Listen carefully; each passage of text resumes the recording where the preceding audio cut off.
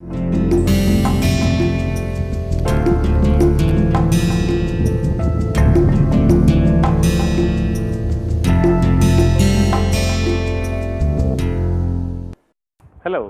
welcome to Advanced Composites. In this course, we have just started discussing material properties associated with anisotropic and generally orthotropic materials, and what we will start doing starting today is start discussing about different expressions related to single layers of continuous fiber composites. So, we will start discussing about different properties of single layer composites. So, what type of composite materials we will discuss? So, we will consider that the material is a thin layer, okay. It is a thin layer and it has continuous fibers.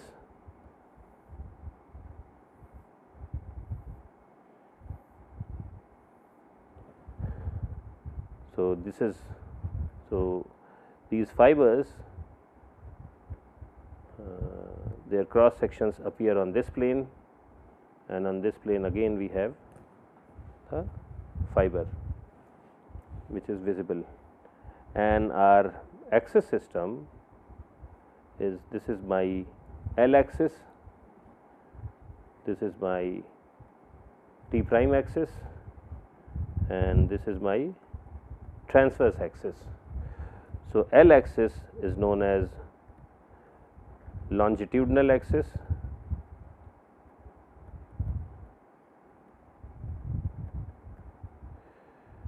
T is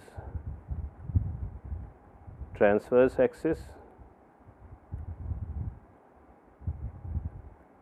and T prime is also transverse axis. And the picture which I have drawn is for a single layer continuous fiber composite, and in this case this is like a, and if my load on this composite is aligned to these axes, then that will be the case of special orthotropy. So, what we will start discussing today, starting from today, is we will figure out how to calculate density, modulus,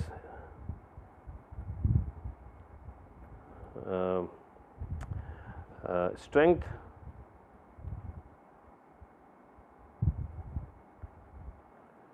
Poisson's ratio.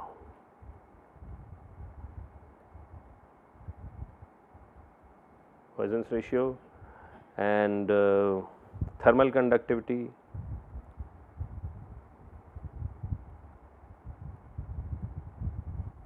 and finally coefficient of thermal expansion. So, we will learn how to compute these. In some cases we will actually derive the expressions, in other cases we may not necessarily derive the expressions, because some of these expressions have already been derived in the introductory course, but this is the overall stuff which we plan to capture. So, we will start with density,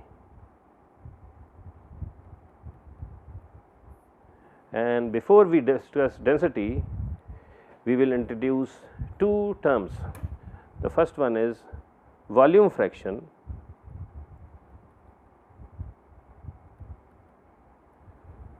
so what is volume fraction? So, you can, in a composite you can have a volume fraction of fiber Vf, you can have volume fraction of matrix material Vm, and you can have volume fraction of air.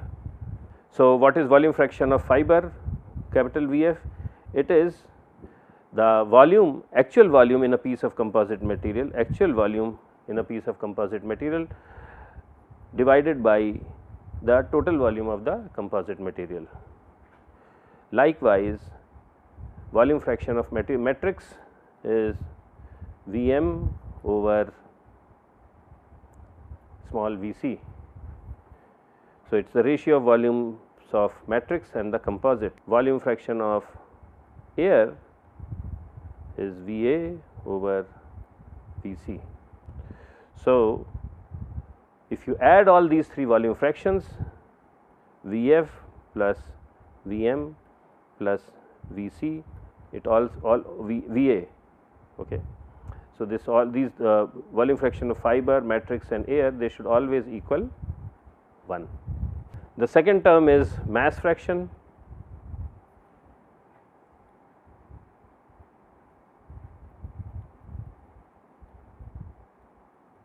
This is not that often used, but it is still a useful entity to entity, and the definitions are similar.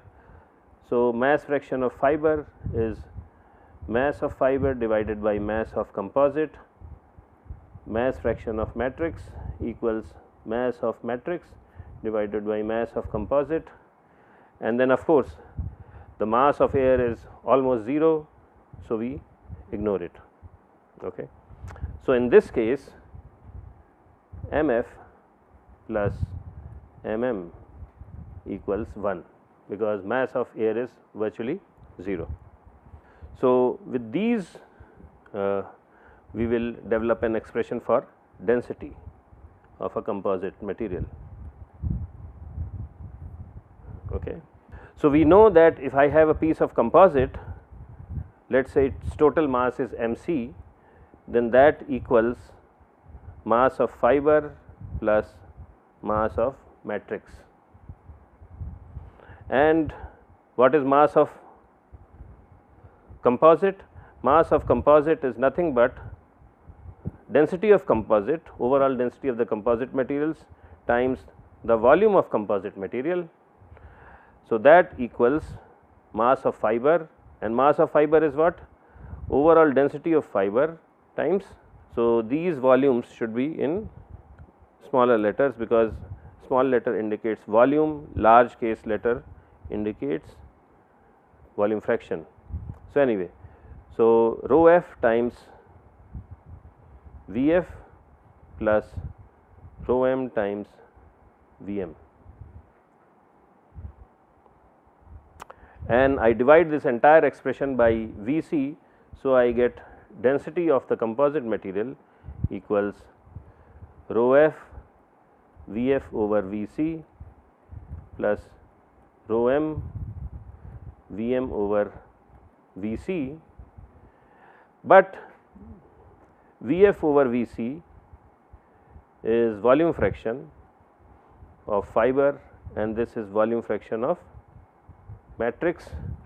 So, my expression for composite is rho c equals rho f Vf plus rho m Vm. So, that is my expression for composite material density. The next parameter we will discuss will be longitudinal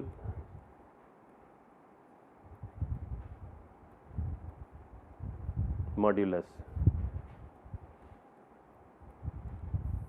Longitudinal modulus, and we designate longitudinal modulus as EL.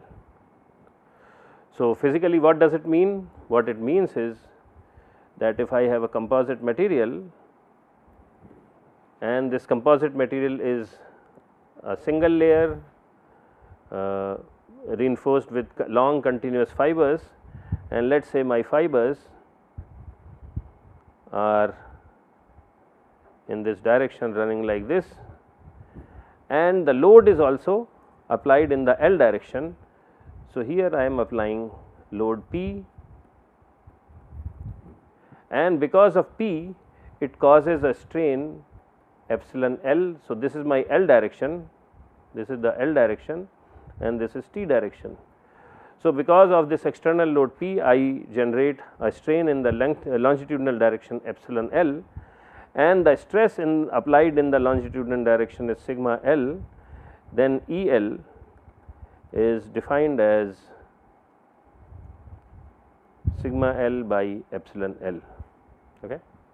This is assuming the behavior of matrix and fiber is perfectly elastic. Otherwise, this will be a differential expression. So, how do we compute epsilon L EL.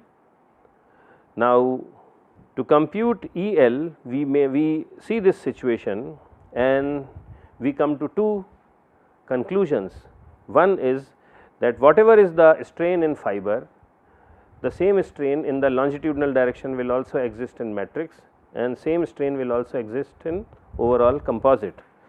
So, we say that epsilon fiber equals epsilon matrix equals strain in composite in L direction.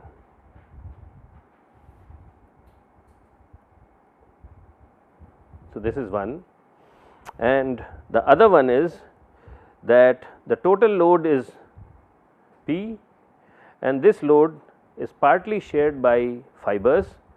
So, let us say the amount of load shared by fiber is P f and plus the load shared by matrix, and that is P m. So, these are the two assumptions based on the physics of the situation. Now, let us look at equation 1 and this is equation 2. So, from 2 what do we say? This P is equal to stress in the composite, which is sigma c, times area of the composite A c. So, this is the right side of the left side of the equation, and that equals stress in load shared by fiber. So, load shared by fiber is what?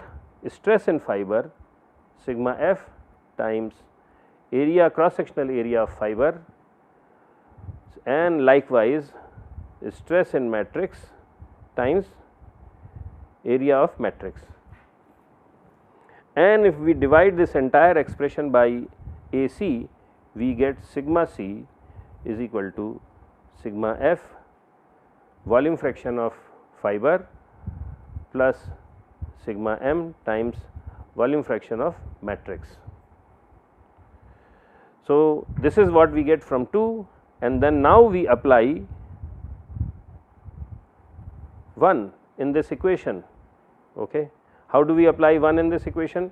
We know that the stress in composite is nothing but Young's the modulus of composite in the L direction. So, actually I will call it E L times the strain in composite, and strain in composite, fiber and matrix, everything is same. So, this is epsilon, and that equals sigma f. Sigma f is a stress, and stress in fiber is what? It is Young's modulus E f times strain in fiber epsilon times V f plus stress in matrix, which is E m times strain times V m, and epsilon is common in all the terms. So, it goes away. So, ultimately we are left with the expression for E L, and that is equal to E f V f plus E m V m. E f V f plus E m V m. So, this is based on these two assumptions, that the strain in fiber, matrix and composite, it is same when the composite of this type is loaded in the longitudinal direction. And the other assumption we made is that the total load experienced by composite is nothing but the sum of loads shared by fiber and the load shared by matrix material. And using these two assumptions and principles of linear elasticity, we were able to come to this expression for E L, which is Young's not Young's modulus, which is the modulus of the composite in the L direction. Now, how do we know whether this relation and our assumptions are actually true? Well, the way to check that out is by doing a lot of experiments, and over last several decades people have done a very large number of experiments, and the predicted value of E L as computed from this relation it comes to be very close than to experimentally observed values. So, based on this agreement between a very large amount of experimental data and predictions from this relation, we can be fairly certain and confident that if our system is linearly elastic, then we can safely predict the modulus of a unidirectional composite in the longitudinal direction from this relation, which is E L equals E F V F plus E M V M. So, that concludes our discussion for today.